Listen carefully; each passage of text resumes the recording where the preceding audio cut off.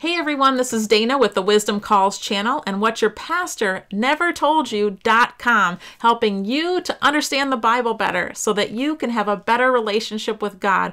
Welcome to my channel today. I am super excited to let you know that in this video, I'm going to be sharing with you my exclusive interview with Joel Richardson. He is a New York Times best-selling author. He's written such titles as Mideast Beast, When a Jew Rules the World, Islamic Antichrist, and most recently, Mystery Babylon. And if you've missed the interview, the full-length interview, we had about an hour-long chat with Joel way back in November. If you missed that, I'll put a link for that in the cards. But if you haven't yet, make sure to subscribe down below and click or smash the bell icon so that you will receive notifications each and every time we upload this incredible content.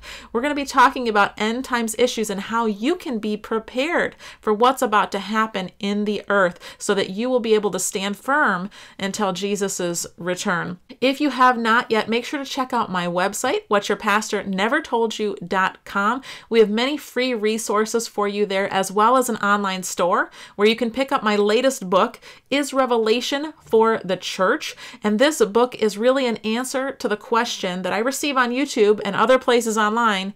If Revelation is for the church, then why is it not mentioned after chapter 4?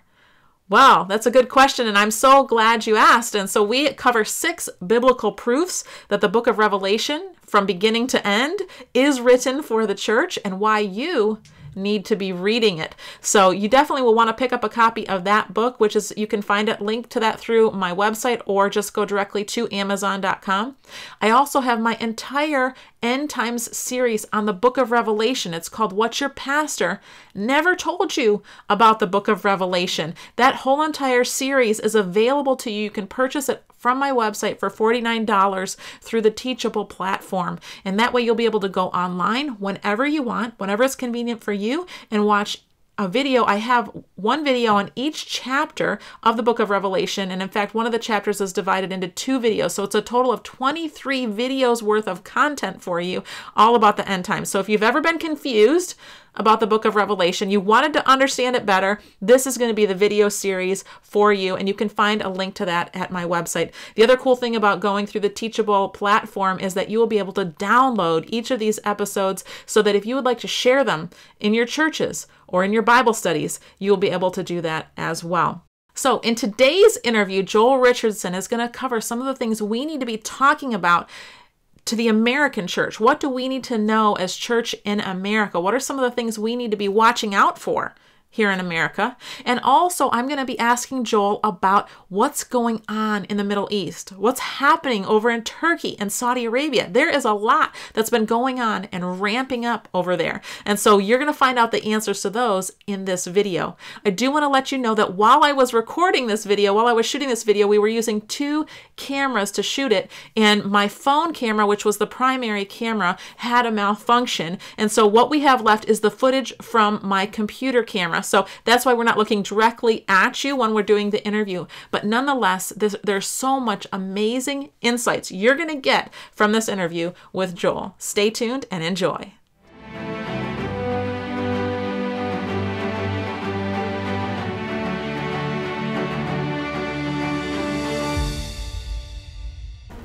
Hey everybody, this is Dana with the Wisdom Calls channel, helping you to understand the Bible better so that you can have a better relationship with God, and what your pastor never told you.com, helping you to stand firm until the return of Christ. And I'm on location right now in Nashville, Tennessee at the Understanding the Times conference. And I have a very special guest with me. You guys will probably recognize him, Joel Richardson. He's been here as a keynote speaker. So thank you so much, Joel, for coming on the program today. You betcha. Yeah, and Joel is a New York Times best-selling author. He's got many books, including Mideast Beast, Mystery Babylon, and When a Jew Rules the World, among others. So you definitely will want to look those up. And if you want to find him on his website, go to joelstrumpet.com.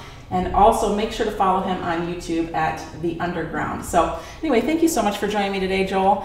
So I wanted to talk to you a little bit about what's going on in our country as far as nationalism. We have this problem of Islam encroaching on the world, and it's bringing on a lot of fears for people. Fears in the general population as well as within maybe the Christian community. Can you talk and address a little bit about what our attitude should be towards this from a biblical perspective? Yeah. So first of all, let's begin here. So during the Trump campaign, during the presidential campaign with Steve Bannon, the term nationalism it was very commonly used. And so a lot of conservatives right now in the United States are using nationalism in a very positive sense. And, so anything nationalism is good. Now, the thing that we need to understand is that there's actually a spectrum of definitions for nationalism. So on one hand, if you just sort of say definition nationalism, sometimes you'll have just sort of these very innocuous, non-threatening, sort of fluffy definitions, like patriotism, a feeling of appreciation for your country and this sort of thing. But really a larger historical definition of nationalism, it starts moving toward another way that it's used commonly now is simply a juxtaposition, a contrast with globalism, which is again a very popular term lately. But then it starts getting into something else, which is the form of nationalism that for Christians is very dangerous, extremely dangerous, and from a geopolitical, historical perspective, it's very dangerous.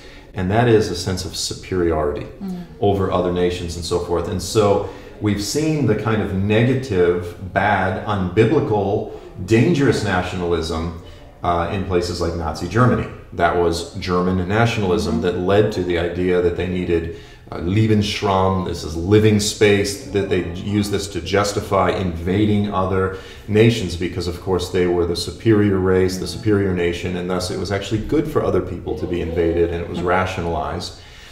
We see it right now in Turkey, in the nation of Turkey. Nationalism is exploding.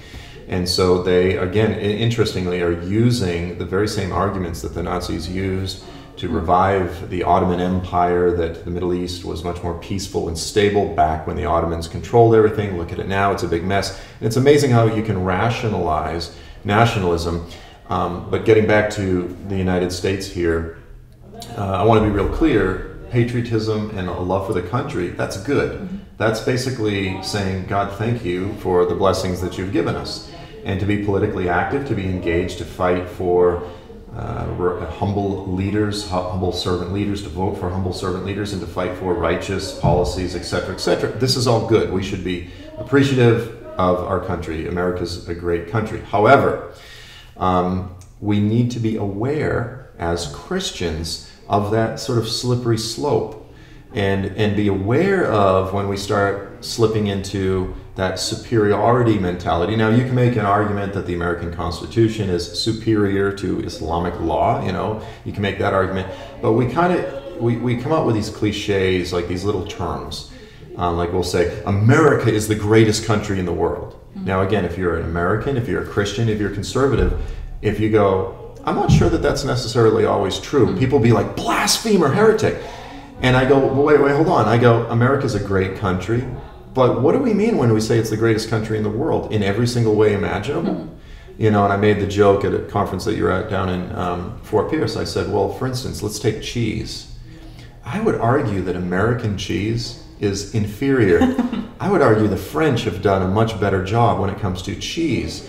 And maybe that's a silly issue. But, then we can go, well, what about, mountains? Well, we have the Smokies and the Rockies and, all kinds of different mountains. But I would argue, maybe this is just a matter of personal opinion, that the Swiss Alps are a pretty amazing, superior mountains. Now you go, well, up in Alaska we have this.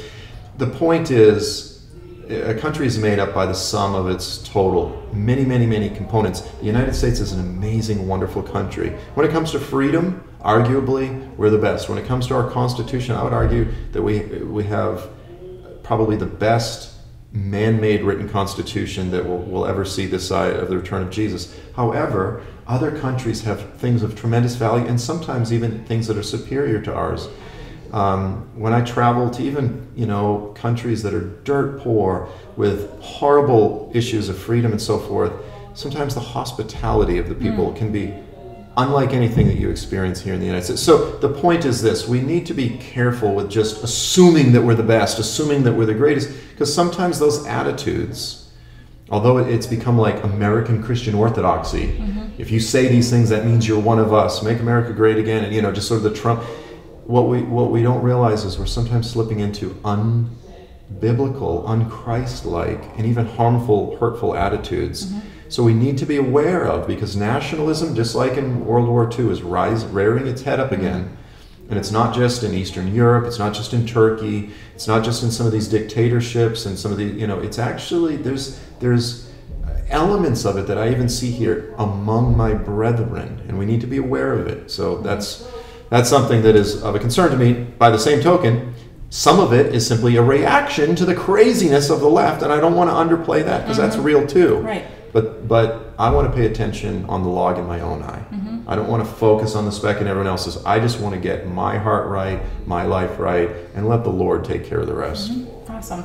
So talk a little bit about allegiances when this all comes down, because I think about our patriotism and our love for our country, and how you mentioned that's all good, and so we have to have all of these things in balance, and there's part of us that wants to protect our country, and we should be doing those kinds of things, but then at the same time, there can be a place where you want to protect the country so much that you're just like, see all Islam as bad, all Muslims as bad, as evil. You see, Islam is a threat for sure, and we have to attack that threat, but how do we address that from a Christian perspective, and how do we love Muslims while hating necessarily the doctrines of Islam or the practices of Islam? So can you talk to us, like, how can we as Christians practically handle these allegiances, and where do our allegiances really lie? Yeah. Well, it's a challenge, and again, I've been wrestling through this for over 20 years. I speak at a lot of conferences, I hear a lot of opinions, and at this conference, we were just in a meeting, and a fellow spoke up, and he was really upset. And I understood and very much sympathized with what he had to say, but he was essentially saying, hey, there's a mosque right up the street. Here we are in sort of the Nashville area, there's a mosque right up the street.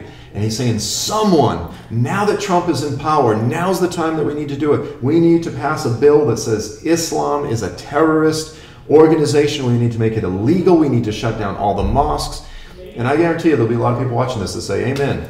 But the thing of it is what makes the United States, now I'm just talking purely from an American perspective first, what makes this country great is our Constitution, is our freedoms, is our liberties.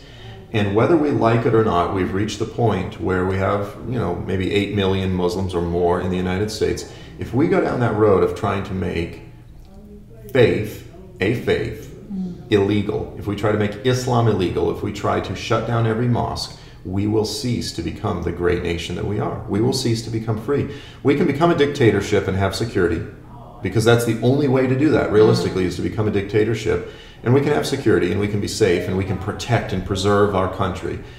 But we will lose the essence of what it actually makes America great in the first place. And we might not like that, because as men in particular, as conservative men in particular, we like to fix things. So we look out, we see a problem, we go, surely there is an answer. And we don't like the fact that the reality is right now is that there is not an answer.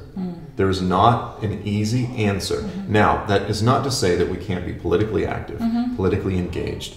But here's the thing, if we put all of our emphasis on trying to save America, that's our main energy. Jesus said, if you try to save your life, you'll actually lose it. But those who lose their life for my sake will find it. And there's a principle here, I'm sort of slightly misusing that text. There's a principle here that applies to the United States. If we as the church focus on making the body of Christ great again, if we focus on seeking first the kingdom of God and his righteousness, then he said, then all these other things will be added unto you. And so we're not going to be able to get rid of Islam in the United States, but what we can do is we can actually be aggressive in our evangelistic efforts with Muslims. That's not to say we don't support politicians who are going to make efforts to secure the country properly and do its way, while still being humane toward that percentage of Muslims that are not terrorists, that don't want to kill us. And I know some people say, well, but if you're a Muslim, you automatically believe that you have to kill it, and all that. And that's simply not true. Because the fact of the matter is a lot of Muslims don't believe or live by the things that are in the Quran, the example of Muhammad, and this sort of thing. In the same way that you go to a church and a lot of Christians don't really study the Bible, they don't really live by their faith. In Islam, it's actually a lot worse, because far more Muslims don't read the Quran. When I say more Muslims are Quranically illiterate than Christians are biblically illiterate, then you go, okay, wow, so they really don't read their Quran very much. And you go, yeah, most of them don't. Okay. And so you could say they're more liberal Muslims, however you want to term it, however you want to express it. So, we don't want to round up 6 million people because we're trying to protect ourselves and save our country. Because you could logically make that argument, but once you go down that road, because when your focus is on this age, as opposed to the age to come, as opposed to on the kingdom, then you can also make the same argument: nuke the whole Middle East. Yeah, you'll kill millions of Christians and Yazidis and all these other people, but you will save the world. When it's sort of this carnal, we need to save this, we need to end Islam, and the end result is you end up losing who you are, you don't actually save your life, and we kill. We end up becoming servants in a weird way of the enemy, who wants to seek, to kill and destroy. Yeah, it's like when we try to do self-preservation, and it was that whole scripture you mentioned about trying to save your own life. And so there is a role for governments to protect our borders and that kind of thing. But we also have to be active politically, like what you're saying, but at the same time we have a responsibility to a higher country, a different country. It's not only all about America, and we have to realize this home is not our own. Right. And I was thinking when one of the speakers was talking yesterday about the story of Esther, and how when the problem was coming up against Esther's people, Mordecai came to her and said, don't think you're going to be spared here in this palace. And I feel like that is almost an analogy of us, even though we're not necessarily Jewish, by and large in the United States, but just because, so the same enemy is the same enemy of the Jews as what is our enemy. Satan is our enemy just like he is the enemy of the Jews. We're all together in one camp in this, and when persecution starts, he's going to be going after everybody. And so for me, I'm like thinking about self-preservation, and here we are in this country, and it's easy to think we're in this palace, we're protected, we're all safe. And we have to realize we have to be willing to lose our life for our faith and for what we believe. We have to be willing to lay down our life. And so we have these dual citizenships in a way, right? We've got this citizenship here in the United States, but then we have a citizenship to a higher kingdom, to a higher authority, and balancing that as a Christian can be really tricky. And I was thinking about salt and light. We're called to be salt and light, and salt is a preserving agent. So while we're here in this country, we need to preserve and try to elect righteous leadership as much as we possibly can. But at the end of the day, our allegiance isn't with this country. It's with a different land. In the ultimate sense, yeah. And this is sort of the model or the pattern that Jesus left us. He goes, you go out and proclaim the gospel, and one heart at a time from the inside out changes. And if you do that faithfully enough, that will actually change the country. So it's this grassroots from the ground, and you get people at the top, and so it's sort of from the ground up, top down, this sort of thing. But when we put our primary energy toward this age as opposed to being obedient to Jesus, then our primary energy is to change the world. It's not by changing one heart at a time, it's by taking over law, government, and the military. It always ends up coming down to that. And that's how the Catholic Church did it throughout history, and that's where you ended up with the Crusades, with the Inquisitions, and all this stuff. Is we're going to use the strength of man, the strength of the flesh, to affect kingdom of God, and we're going to convert people. Well, you can't convert people by the sword. When we do that, then we've just become Christian jihadists. We've just become, the worst form of ISIS, but a Christian version. And there are times when the Crusaders were raping and pillaging and doing all of those things. You go, well, they weren't really being Christians, and you go, yeah, but it happened in the name of Christ.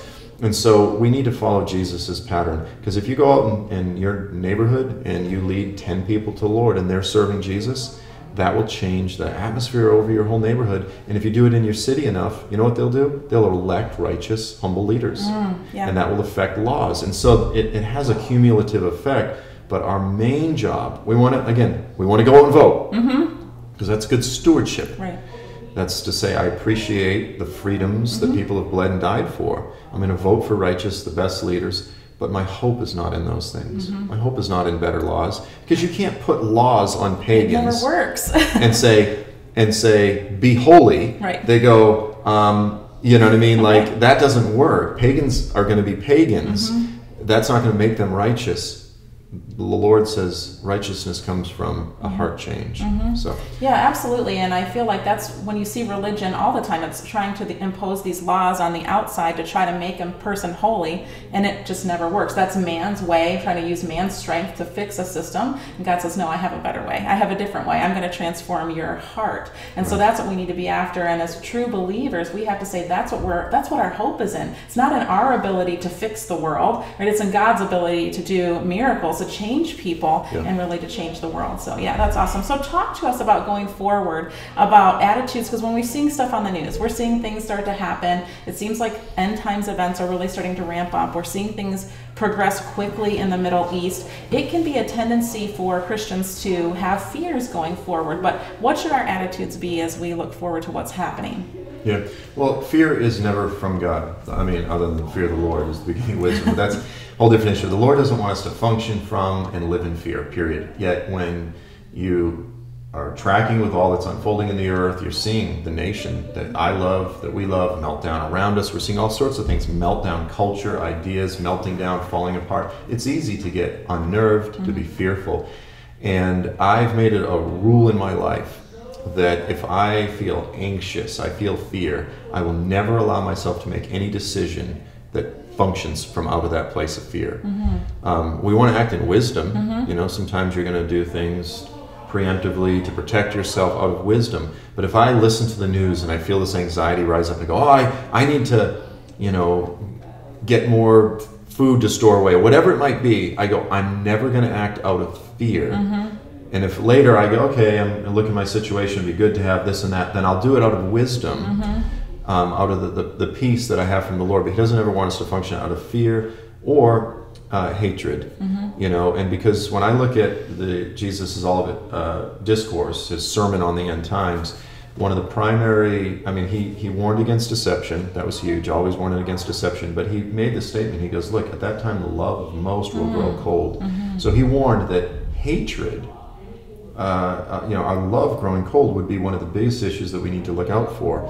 And I'm convinced that fear, you know, how does Yoda say it? Something like fear leads to hatred, hatred leads to whatever. But there's truth to that, you know, to quote Master Yoda. But no, I mean, there's legitimacy that fear does lead to anger and hatred. And it's just, as Christians, we need to be vigilant to look out for it and make sure it's not in our hearts, because it's going to be one of the biggest pitfalls of the last days.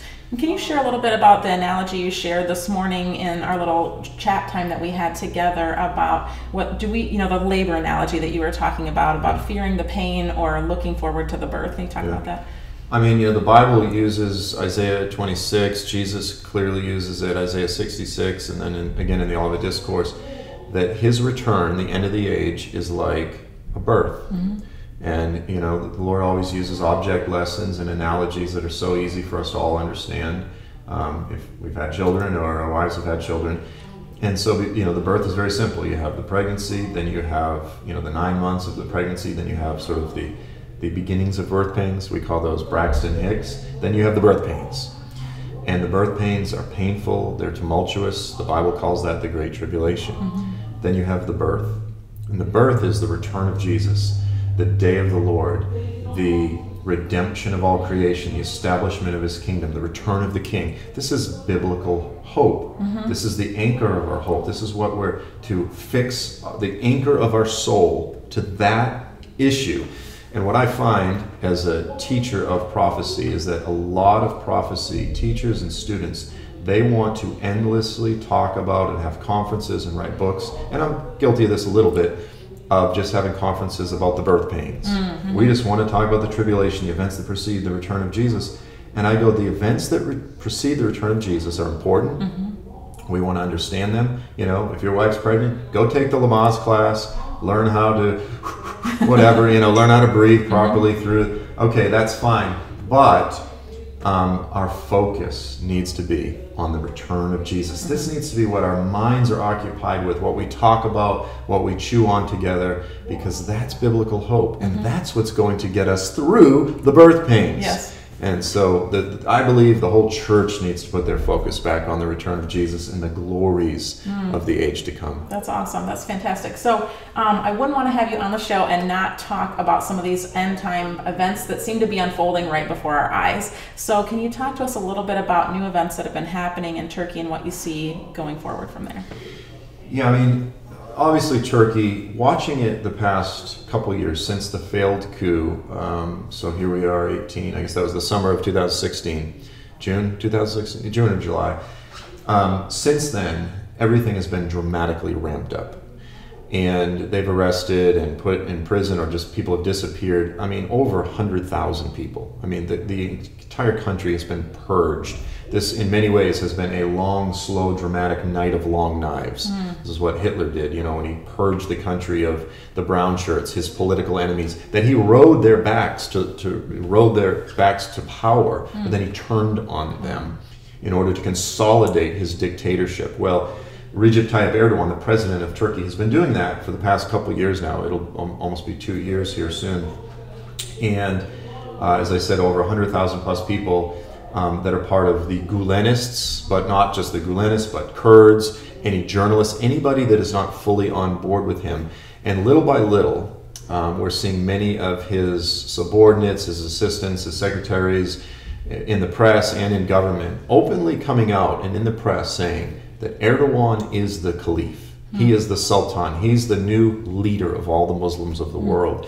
And this is language that, I'll be honest with you, if I had written a fictional, you know, sort of Joel Rosenberg end time novel 5 years ago, people, and just literally quoted stories that are in the newspapers today coming out of Turkey saying Erdogan will be the caliph, people would be like, oh, Joel, that's a little too sensational. Like, I don't think it'll really play out like that. Like, it's surreal to watch these events. There was an article just a few days ago in Yeni Şafak, which is one of the biggest newspapers in Turkey, that is actually close to the president. Any newspaper that's in Turkey now is on board with the president, because if they weren't, they got taken over. Okay. I mean, you know, you talk about the canary in the coal mine for dictatorships. You know, it's the press.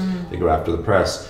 And this article, it actually said that all Muslim nations need to gather together to invade Israel. Wow. I mean, you know, headlines that are coming right out of the book of Joel, right out of the book of Zechariah, Ezekiel, you know, the picture that the prophets painted, we're seeing that right now. So the combination of this call for a unified, all the Muslim nations of the world to invade Israel, so biblical. The idea of Turkey emerging as the leader of the Muslim world, in my opinion, so biblical.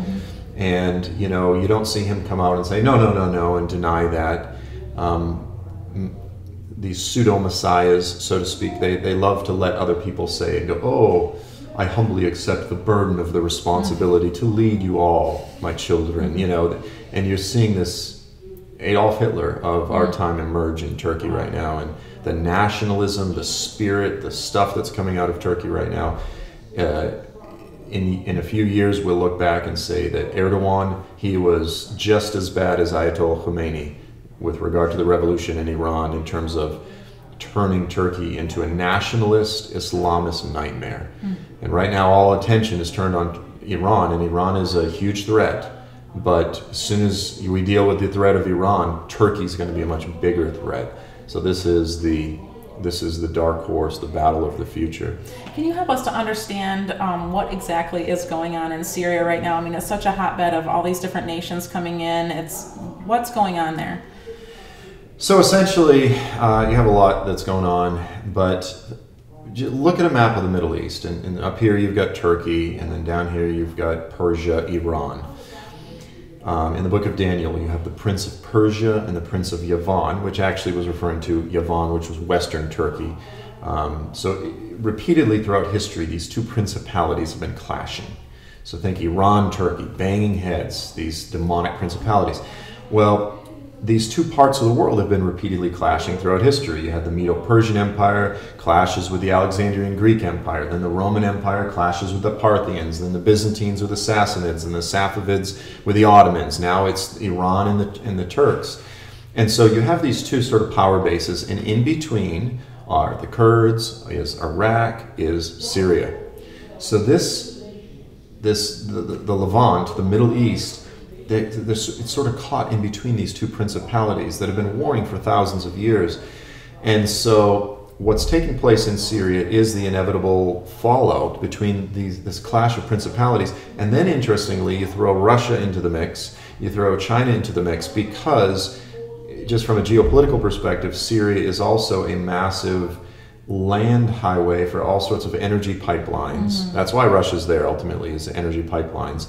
China is there largely for the same reason. There's huge financial issues involved. So here you have a country which the government is a pawn of Iran. Bashar Assad, the Alawites are pawns of Iran. Just to the west, you've got Lebanon, largely governed now almost by Hezbollah, also pawns of Iran. So think this is an Iranian project. But by the same token, you've got Turkey invading because they believe that belongs to them, the old Ottoman Empire. So you're sort of having a replay between the Ottomans and the Safavids. But you throw in, again, in this one nation of Syria, Russian troops, Chinese troops, Turkish troops, Iranian troops, American troops, French troops. And there's a handful of others. Unbelievable. All in this one country. Well over 1 million dead right now. So it is an absolute powder keg, and it is, it could easily lead to World War III, if we want to call it that. Or it could lead to sort of the clash, in my opinion, this is more likely, between the historical Persian Empire and the historical Ottoman Empire. And I believe that will sort of be the clash that we'll see unfold over the next several years. It's pretty incredible to see. I mean, it seems like every day on the news almost, or at least every week, there's new news coming out, and it's pretty significant of what's going on over there. So speaking of significant changes, there's a lot of changes going on in Saudi Arabia. Could you talk to us a little bit about what's happening on that front? Yeah.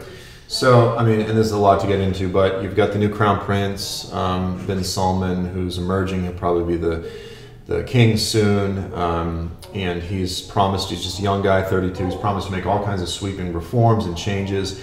And the reason maybe because he's young and forward-thinking, but it's also because he recognized the fact that the country can't live. It lives off of oil.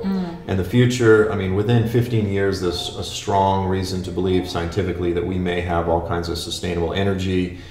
We won't need oil anymore. The United States is now the greatest oil-producing nation in the world. So if Saudi Arabia wants to continue to live their life of luxury, they have to diversify economically.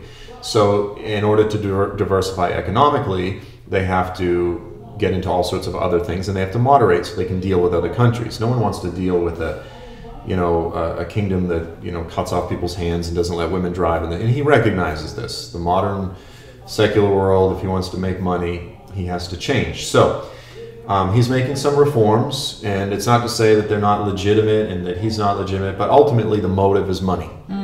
So he's making some things. Women can drive. They have a day when they can go to the movies on their own.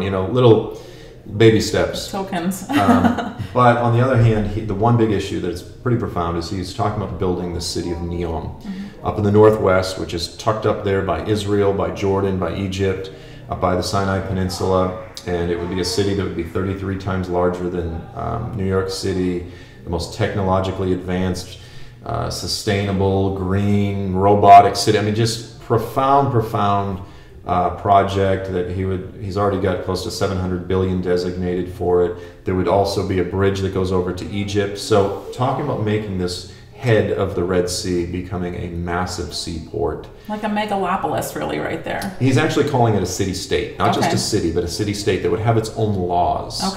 Different than the rest of Saudi Arabia, that would be an international hub of commerce and technology and so forth. So this is definitely something to watch. And we could do a whole program on that, but that's definitely something to watch. I'm curious, and I've had other people ask me, like, how fast could all of this happen? Like, in terms of Dubai, that seemed to happen pretty quickly. Do you have an idea about how fast all of this can happen as far as this new city? Yeah, Dubai sprang up, in the late 90s. In the early 90s, it was nothing. Now it's, a massive city seaport. It can happen quite fast, and the Chinese have actually done even better in terms of throwing stuff up overnight. So, 10 years, there could be something there with, depending on how quick they go for it.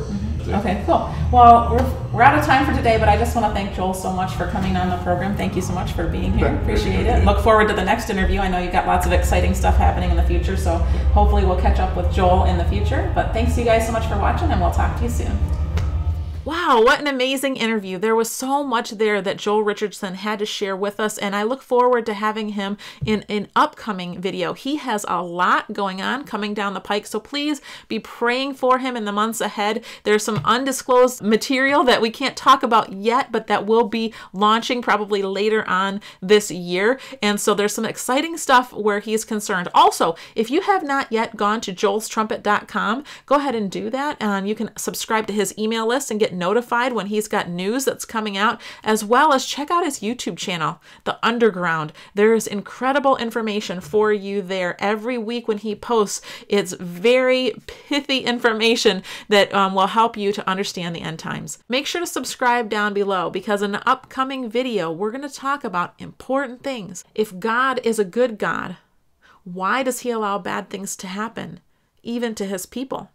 These are important issues that we need to be talking about as a church, because this is an area that can be a pitfall for many Christians. And I don't want you to stumble and lose your faith because of a time of suffering. When something happens to you in your life, I don't want it to rob you of your faith. I want you to know the one in whom you put your trust. So make sure to subscribe down below. And until next time, this is Dana with the Wisdom Calls channel, helping you to understand the Bible better so that you can have a better relationship with God. Talk to you soon.